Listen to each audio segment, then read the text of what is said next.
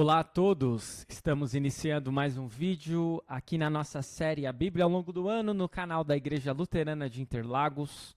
Quero conduzi-los hoje, dia 9 de outubro, para o início do livro de Atos, capítulos 1 a 4. Ontem tivemos a introdução ao único livro histórico do Novo Testamento, hoje já vamos iniciá-lo. Vamos juntos? Iniciando então pelo capítulo 1, onde nós temos 3 destaques: a promessa do Espírito Santo, a ascensão de Jesus e a escolha de Matias. Faremos a leitura na íntegra e depois teceremos algumas considerações. Escrevi o primeiro livro, ó Teófilo, relatando todas as coisas que Jesus começou a fazer e a ensinar, até o dia em que foi elevado às alturas. Depois de haver dado mandamentos por meio do Espírito Santo aos apóstolos que tinha escolhido. Depois de ter padecido, Jesus se apresentou vivo a seus apóstolos com muitas provas incontestáveis, aparecendo-lhes durante 40 dias e falando das coisas relacionadas com o reino de Deus. E comendo com eles, deu-lhes esta ordem: não se afastem de Jerusalém, mas esperem a promessa do Pai, a qual vocês ouviram de mim.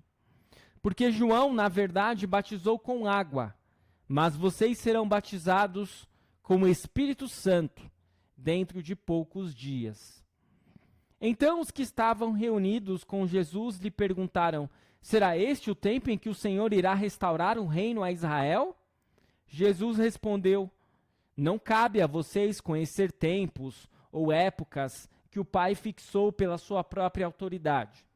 Mas vocês receberão poder ao descer sobre vocês o Espírito Santo, e serão minhas testemunhas, tanto em Jerusalém, como em toda a Judéia e Samaria, e até os confins da terra. Depois de ter dito isso, Jesus foi elevado às alturas, à vista deles, e uma nuvem o encobriu dos seus olhos. E estando eles com os olhos fixos no céu, enquanto Jesus subia, eis que 2 homens vestidos de branco se puseram ao lado deles e lhes disseram: homens da Galileia, por que vocês estão olhando para as alturas? Esse Jesus que foi levado do meio de vocês para o céu virá do modo como vocês o viram subir. Então os apóstolos voltaram do Monte das Oliveiras para Jerusalém. A distância até a cidade é de cerca de 1 quilômetro. Quando entraram na cidade, subiram para o cenáculo, onde se reuniam Pedro, João, Tiago, André, Filipe, Tomé, Bartolomeu, Mateus, Tiago, filho de Alfeu, Simão Zelote e Judas, filho de Tiago. Todos estes perseveravam unânimes em oração com as mulheres, com Maria, mãe de Jesus, e com os irmãos dele. Naqueles dias, Pedro se levantou no meio dos irmãos, que formavam um grupo de mais ou menos 120 pessoas, e disse: irmãos, era necessário que se cumprisse a escritura que o Espírito Santo predisse pela boca de Davi, a respeito de Judas, que foi o guia daqueles que prenderam Jesus. Ele era um dos nossos e teve parte neste ministério. Ora, este homem adquiriu um campo com o preço da iniquidade, e caindo de cabeça, rompeu-se pelo meio, e todos os seus intestinos se derramaram. Isto chegou ao conhecimento de todos os moradores de Jerusalém, de maneira que em sua própria língua esse campo era chamado Aceldama, isto é, campo de sangue. E Pedro continuou: porque está escrito no livro dos Salmos: fique deserta a sua morada e não haja quem nela habite, e que outro tome o seu encargo. Portanto, é necessário que dos homens que nos acompanharam todo o tempo em que o Senhor Jesus andou entre nós, começando no batismo de João até o dia em que foi tirado do nosso meio e levado às alturas, um destes se torne testemunha conosco da sua ressurreição. Então propuseram 2, José, chamado Barsabás, também conhecido como Justo, e Matias. E orando disseram: tu, Senhor, que conheces o coração de todos, revela-nos qual dos 2 escolheste para preencher a vaga neste ministério e apostolado, do qual Judas se desviou, indo para o seu próprio lugar. Depois fizeram um sorteio e a sorte caiu sobre Matias, que foi acrescentado ao grupo dos 11 apóstolos. Até aqui a leitura do primeiro capítulo do livro de Atos. E neste primeiro capítulo percebemos a continuidade do Evangelho de Lucas.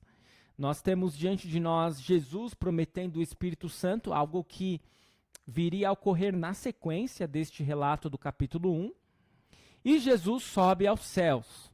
Ele se despede dos seus discípulos, ele os prepara, mas afirma, que eles não estariam sozinhos. Com o auxílio dos outros evangelhos percebemos isto também.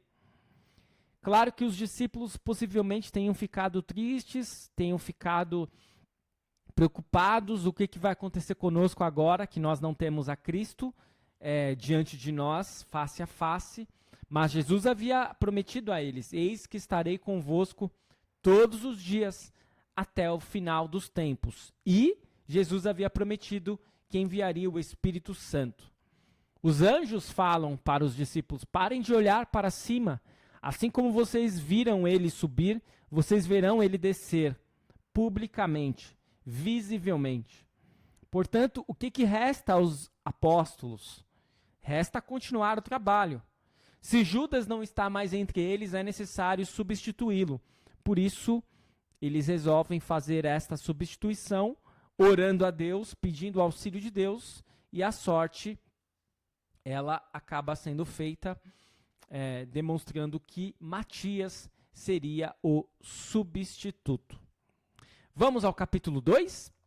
O capítulo 2, que é um capítulo importantíssimo, não apenas no livro de Atos, não apenas no Novo Testamento, na Bíblia, mas para a nossa vida. A nossa vida mudou radicalmente a partir do capítulo 2 de Atos, e vocês vão entender por quê. Eis os destaques: a vinda do Espírito Santo, a pregação de Pedro, 3.000 batizados e como viviam os convertidos. Vamos à leitura destes 47 versículos na íntegra e depois comentamos. Ao cumprir-se o dia de Pentecostes, estavam todos reunidos no mesmo lugar. De repente, veio do céu um som, como de um vento impetuoso, e encheu toda a casa onde estavam sentados. E apareceram, distribuídas entre eles, línguas como de fogo, as quais pousaram sobre cada um deles. Todos ficaram cheios do Espírito Santo e começaram a falar em outras línguas, segundo o Espírito lhes concedia que falassem. Estavam morando em Jerusalém judeus, homens piedosos, vindos de todas as nações debaixo do céu. Assim, quando se fez ouvir aquela voz, afluiu a multidão, que foi tomada de perplexidade, porque cada um os ouvia falar na sua própria língua. Estavam atônitos e se admiravam, dizendo: vejam, não são galileus todos esses que aí estão falando? Então, como os ouvimos falar, cada um em nossa própria língua materna? Somos partos, medos, elamitas e os naturais da Mesopotâmia, Judéia, Capadócia, Ponto e Ásia, da Frígia, da Panfilha, do Egito e das regiões da Líbia, nas imediações de Cirene, e romanos que aqui residem, tanto judeus como prosélitos, cretenses e árabes. Como os ouvimos falar sobre as grandezas de Deus em nossas próprias línguas? Todos, atônitos e perplexos, perguntavam uns aos outros: o que será que isso quer dizer? Outros, porém, zombando, diziam: estão bêbados. Então Pedro se levantou junto com os 11 e, erguendo a voz, dirigiu-se à multidão nestes termos: homens da Judéia, e todos vocês que moram em Jerusalém, tomem conhecimento disto e prestem atenção no que vou dizer. Estes homens não estão bêbados, como vocês estão pensando, porque são apenas 9 horas da manhã. Mas o que está acontecendo é o que foi dito por meio do profeta Joel. E acontecerá nos últimos dias, diz Deus, que derramarei o meu espírito sobre toda a humanidade. Os filhos e as filhas de vocês profetizarão. Os seus jovens terão visões, e os seus velhos sonharão. Até sobre os meus servos e sobre as minhas servas derramarei o meu espírito naqueles dias, e profetizarão. Mostrarei prodígios em cima no céu e sinais embaixo na terra: sangue, fogo e nuvens de fumaça. O sol se transformará em trevas e a lua em sangue, antes que venha o grande e glorioso dia do Senhor. E acontecerá que todo aquele que invocar o nome do Senhor será salvo. Israelitas, escutem o que vou dizer. Jesus o Nazareno, o homem aprovado por Deus diante de vocês com milagres, prodígios e sinais, os quais o próprio Deus realizou entre vocês por meio dele, como vocês mesmos sabem, a este, conforme o plano determinado e a presciência de Deus, vocês mataram, crucificando-o por meio de homens maus. Porém Deus o ressuscitou, livrando-o da agonia da morte, porque não era possível que fosse retido por ela. Porque Davi fala a respeito dele, dizendo: eu sempre via o Senhor diante de mim, porque ele está à minha direita, para que eu não seja abalado. Por isso meu coração se alegra e a minha língua exulta. Além disto, também a minha própria carne repousará em esperança, porque não deixarás a minha alma na morte, nem permitirás que o teu santo veja a corrupção. Fizeste-me conhecer os caminhos da vida, e me encherás de alegria na tua presença. Irmãos, permitam-me falar-lhes claramente a respeito do patriarca Davi. Ele morreu e foi sepultado, e o seu túmulo permanece entre nós até hoje. Sendo, pois, profeta, e sabendo que Deus lhe havia jurado que um dos seus descendentes se assentaria no seu trono, prevendo isto, referiu-se à ressurreição de Cristo, que nem foi deixado na morte, nem o seu corpo experimentou corrupção. Deus ressuscitou este Jesus, e disto todos nós somos testemunhas. Exaltado, pois, à direita de Deus, tendo recebido do Pai a promessa do Espírito Santo, derramou isto que vocês estão vendo e ouvindo. Porque Davi não subiu aos céus, mas ele mesmo afirma: disse o Senhor ao meu Senhor, sente-se à minha direita, até que eu ponha os seus inimigos por estrado dos seus pés. Portanto, toda a casa de Israel esteja absolutamente certa de que a este Jesus que vocês crucificaram, Deus o fez Senhor e Cristo. Quando ouviram isso, ficaram muito comovidos e perguntaram a Pedro e aos demais apóstolos: que faremos, irmãos? Pedro respondeu: arrependam-se e cada um de vocês seja batizado em nome de Jesus Cristo para a remissão dos seus pecados, e vocês receberão o dom do Espírito Santo, porque a promessa é para vocês e para os seus filhos e para todos os que ainda estão longe, isto é, para todos aqueles que o Senhor nosso Deus chamar. Com muitas outras palavras deu testemunho e exortava-os, dizendo: salvem-se desta geração perversa. Então os que aceitaram a palavra de Pedro foram batizados, havendo um acréscimo naquele dia de quase 3.000 pessoas. E perseveravam na doutrina dos apóstolos e na comunhão, no partir do pão e nas orações. Em cada alma havia temor, e muitos prodígios e sinais eram feitos por meio dos apóstolos. Todos os que criam estavam juntos e tinham tudo em comum. Vendiam as suas propriedades e bens, distribuindo o produto entre todos, à medida que alguém tinha necessidade. Diariamente perseveravam unânimes no templo. Partiam pão de casa em casa e tomavam as suas refeições com alegria e singeleza de coração, louvando a Deus e contando com a simpatia de todo o povo.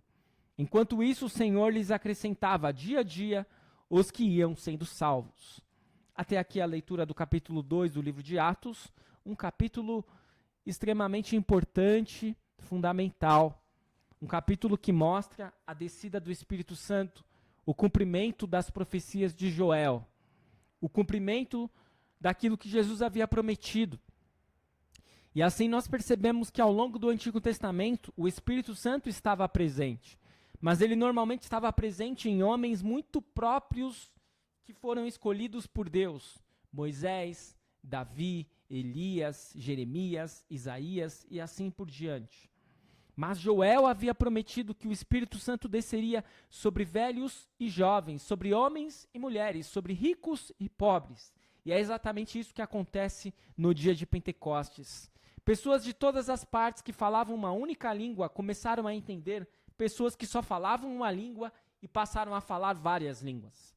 A questão é, muitas vezes as igrejas hoje querem retornar ao tempo de Pentecostes, querem retornar a um dia único que aconteceu de uma forma ímpar e extremamente única. E muitas vezes trocam os pés pelas mãos. Pessoas falam em línguas estranhas que ninguém entende. Pessoas começam a dizer que tem poder de profetizar, de curar, de tirar demônios. E são coisas que eram muito necessárias naquele período e que aconteceram para revelar o poder de Deus, mas que hoje já não tem mais tanta essa necessidade, porque hoje existe medicina, porque hoje existe a palavra de Deus, nós não precisamos mais de tantas profecias. Portanto, o dia de Pentecostes é um dia maravilhoso. É um dia onde o Espírito Santo desce sobre as pessoas. O Espírito Santo continua atuando sobre nós, mas não daquela mesma forma do dia de Pentecostes. A pregação de Pedro foi uma pregação onde havia muito equilíbrio entre lei e evangelho. Pedro afirmou corajosamente e claramente que haviam matado Jesus. Mas, por outro lado, Pedro também levou as pessoas a entenderem que tudo fazia parte da missão de Deus, que Jesus veio para salvar. E por isso, naquele dia, cerca de 3.000 pessoas foram convertidas e foram batizadas.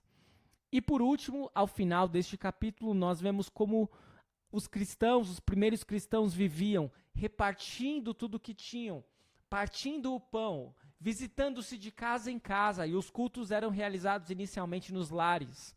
Mas é claro que isso não deve ser confundido com certas ideologias humanas. Não significa vender tudo e compartilhar tudo. Significa que algumas pessoas, por livre e espontânea vontade, vendiam suas propriedades para compartilhar com aqueles que tinham mais necessidade. Vamos à leitura do capítulo 3, onde nós temos 2 destaques: a cura de um coxo em Jerusalém e a pregação de Pedro no templo. Vamos à leitura. Pedro e João estavam se dirigindo ao templo para a oração das 3 da tarde. Estava sendo levado um homem coxo de nascença que diariamente era colocado à porta do templo chamada Formosa para pedir esmolas aos que entravam. Quando ele viu Pedro e João que iam entrar no templo, pediu que lhe dessem uma esmola. Pedro, fitando-o juntamente com João, disse: "Olhe para nós." Ele os olhava atentamente, esperando receber alguma coisa. Pedro, porém, lhe disse: "Não possuo nem prata nem ouro, mas o que tenho, isso lhe dou. Em nome de Jesus Cristo Nazareno, levante-se e ande." E pegando na mão direita do homem, ajudou-o a se levantar. Imediatamente os seus pés e tornozelos se firmaram, e dando um salto ficou em pé. Começou a andar e entrou com eles no templo, pulando e louvando a Deus. Todo o povo viu o homem andando e louvando a Deus, e reconheceram que ele era o mesmo que pedia esmolas, assentado à porta formosa do templo, e ficaram muito admirados e espantados com o que lhe tinha acontecido.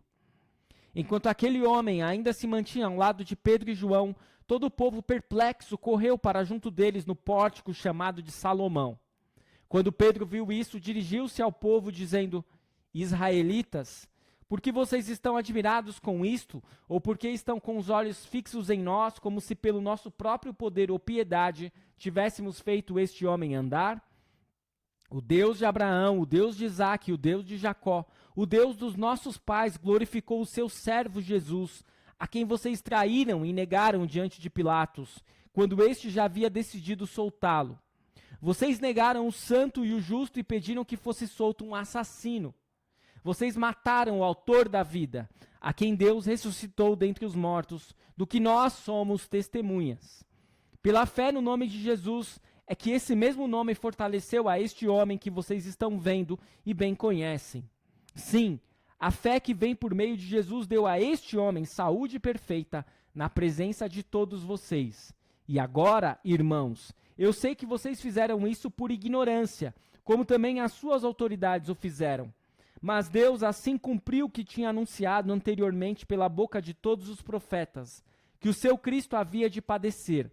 Portanto, arrependam-se e se convertam, para que sejam cancelados os seus pecados, a fim de que da presença do Senhor venham tempos de refrigério, e que ele envie o Cristo que já foi designado para vocês, a saber, Jesus, ao qual é necessário que o céu receba até os tempos da restauração de todas as coisas.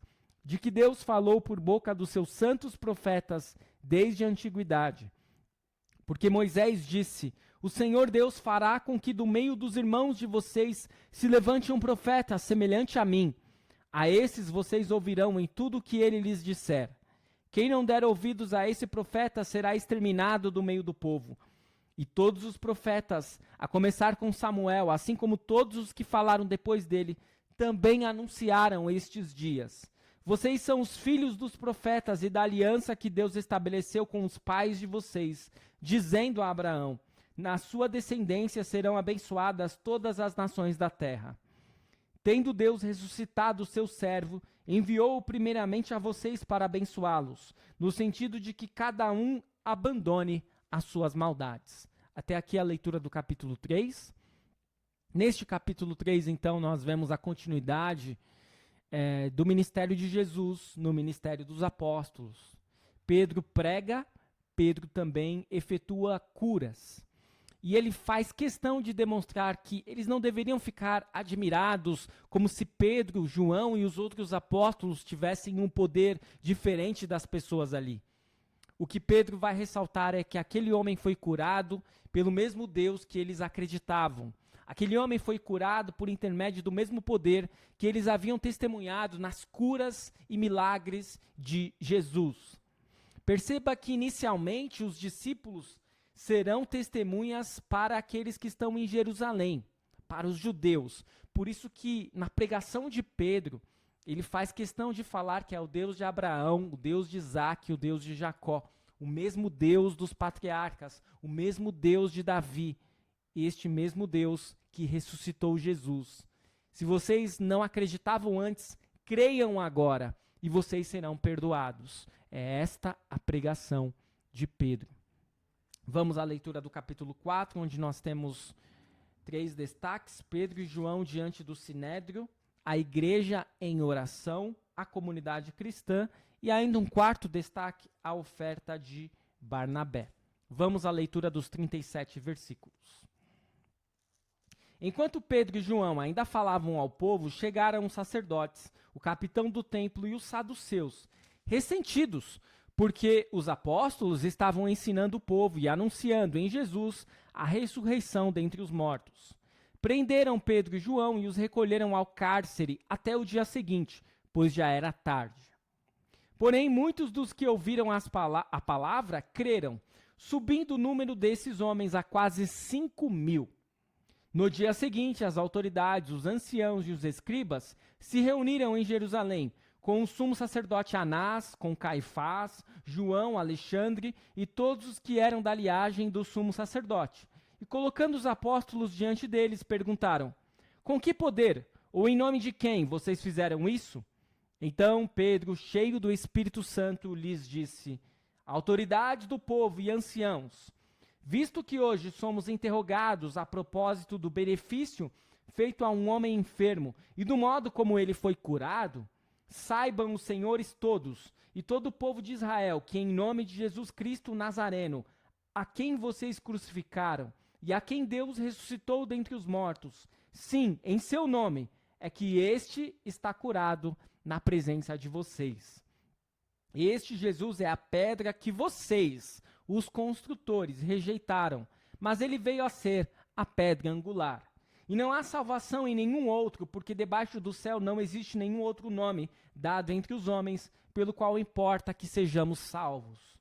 Ao verem a ousadia de Pedro e João, sabendo que eram homens iletrados e incultos, ficaram admirados e reconheceram que eles haviam estado com Jesus. Vendo que o homem que havia sido curado estava com eles, nada tinham a dizer em contrário. E mandando-os sair do sinédrio, discutiam entre si, dizendo: que faremos com estes homens? Pois todos os moradores de Jerusalém sabem que um sinal notório foi feito por eles, e não o podemos negar.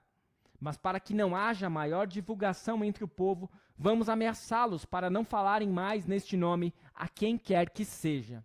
Chamando-os, ordenaram-lhes que de modo nenhum falassem nem ensinassem no nome de Jesus. Mas Pedro e João responderam: os senhores mesmo julguem se é justo diante de Deus ouvirmos antes aos senhores do que a Deus. pois nós não podemos deixar de falar das coisas que vimos e ouvimos. Depois, ameaçando-os mais ainda, os soltaram, não tendo achado como os castigar por causa do povo, porque todos glorificavam a Deus pelo que tinha acontecido. Ora, o homem em quem tinha sido operado esse milagre de cura tinha mais de 40 anos de idade. Uma vez soltos, Pedro e João procuraram os irmãos e lhes contaram tudo o que os principais sacerdotes e os anciãos lhes tinham falado. Ouvindo isto, unânimes, levantaram a voz a Deus e disseram: Tu, soberano Senhor, fizeste o céu, a terra, o mar e tudo o que neles há. Disseste por meio do Espírito Santo, por boca de Davi nosso pai, teu servo. Por que se enfureceram os gentios e os povos imaginaram coisas vãs?